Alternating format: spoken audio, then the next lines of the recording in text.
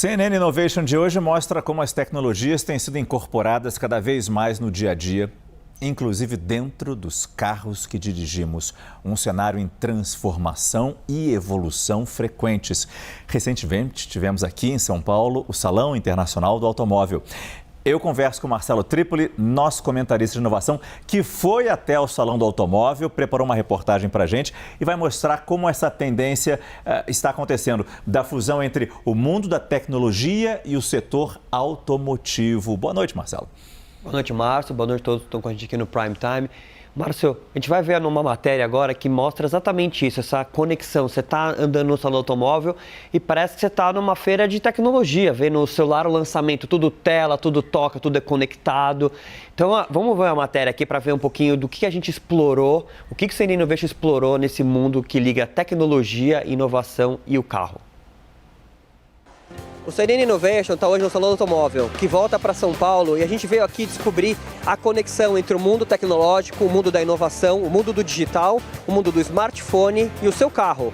Esses mundos estão se aproximando cada vez mais. Eletrificação, carro conectado, o carro que você controla a distância, a experiência de telas e sensores que tornam a sua vivência mais segura de dirigir. É o que a gente veio buscar e entender como essa tecnologia está evoluindo e o que está disponível hoje para o consumidor brasileiro. A gente vai ver aqui nessa matéria de hoje uma série de players e uma série de montadoras diferentes e como elas estão oferecendo essa fusão do mundo digital e do mundo da tecnologia. A facilidade é como se fosse operar um smartphone, porque você tem aplicativos de tecnologia dentro do carro que, por exemplo, para você estacionar sozinho, basta apertar um aplicativo, andar com o carro procura uma vaga e automaticamente ele estaciona sozinho. Ele também consegue sair de situações complicadas através do que a gente chama de crab walk, através justamente só de apertar um aplicativo como se estivesse na facilidade de qualquer app dentro do seu smartphone. A gente chegou também a um momento em que você tem a possibilidade de não precisar mais do seu telefone, porque o carro pode se comunicar. Ok, Google, abra o Google Maps. Abrindo Maps. Estou chegando em casa, se minha casa é conectada e eu quero, por exemplo, abrir o portão é conectado, eu falo, Hey Google, por favor, abrir o portão, e ele vai abrir o portão de dentro do carro a partir desse comando. Uma coisa muito interessante também, o Stolen Vehicle Tracking. É um sistema que é capaz de identificar, caso você tenha o carro furtado, aonde o veículo se encontra. Isso contribui, inclusive, para a redução de custo de seguro.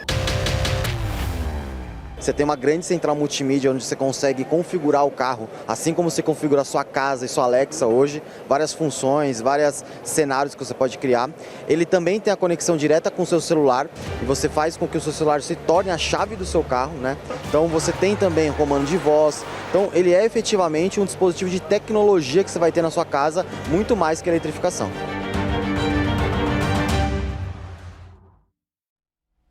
Tem que vir mais do que nunca com um manual de instruções para poder usar todas as potencialidades de um carro assim. Mas quais são os ganhos práticos realmente da inteligência artificial num carro, num veículo?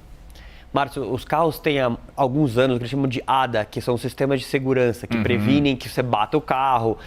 E esses sistemas estão sendo turbinados pelos dados da inteligência artificial. Ou seja, você consegue imaginar que você tem um padrão de direção muito parecido nas cidades, no trânsito. O comportamento do trânsito ele é previsível. O que é um prato cheio para o AI, porque ele consegue olhar milhares de dados de milhares de motoristas e prever que se o Márcio der a seta e o carro virar um pouquinho, o carro tem que desacelerar porque pode bater num carro que o Márcio está fechando. Então, hoje, o sistema pisca ali no retrovisor, te dá um alerta, mas o Márcio precisa olhar para aquilo e parar.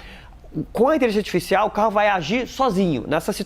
No primeiro estágio, no que eu conversei com as montadoras, no primeiro estágio o sistema de AI vai fazer com que o carro freie sozinho, que o carro vire a direção sozinho se você está saindo da faixa. Então, em algumas situações de risco, o carro assume o controle provisoriamente, prevenindo. Isso, então, vai tornar mais seguro o carro. E a gente até pode pensar que, por causa da inteligência artificial, localizando onde o carro está transitando, sabe o histórico de acidentes, motivo de acidentes naquela naquela estrada, naquela localidade, e dependendo da velocidade dele, já lança um alerta. Você está rápido demais para a história que eu tenho aqui nos últimos 50 anos de acidentes nesse local. Seria incrível. É isso que ele vai fazer. Tipo, você pega uma curva perigosa, numa serra, sim. que todo mundo sabe que todo mundo sofre acidentes ali, o carro vai automaticamente desacelerar. Se você tiver uma velocidade, ele vai desacelerar automaticamente. Agora, é impressão minha ou pouco se fala agora dos carros que dirigem sozinhos?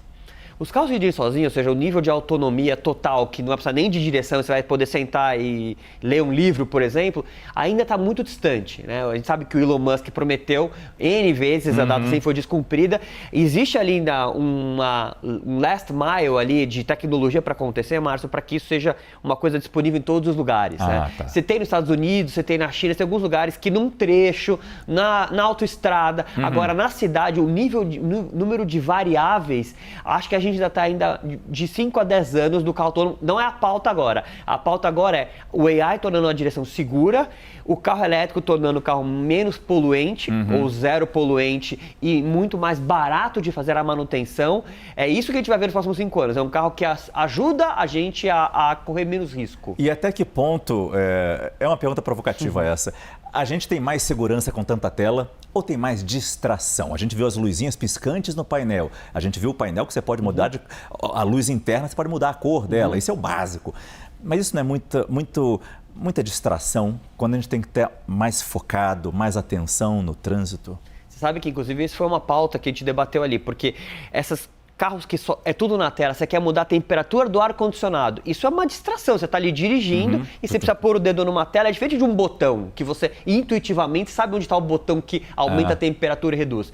Então, existe uma discussão se a gente não foi muito longe em remover todos os botões. Você vê que alguns carros é uma tela central ali. Os botões estão na tela. Isso, você não tem mais um botão físico. E o botão físico, ele ajuda a que a gente diminua a distração de dirigir. Concordo com você. Então, existe um debate, talvez a tecnologia precisa acomodar e chegar numa coisa que a experiência é boa e é seguro. Esse é Marcelo Tripoli, comentarista de inovação e de automóveis. Com tecnologia. Exatamente. Aqui no nosso CNN Prime Time. Obrigado, Tripoli. Boa noite. Boa noite.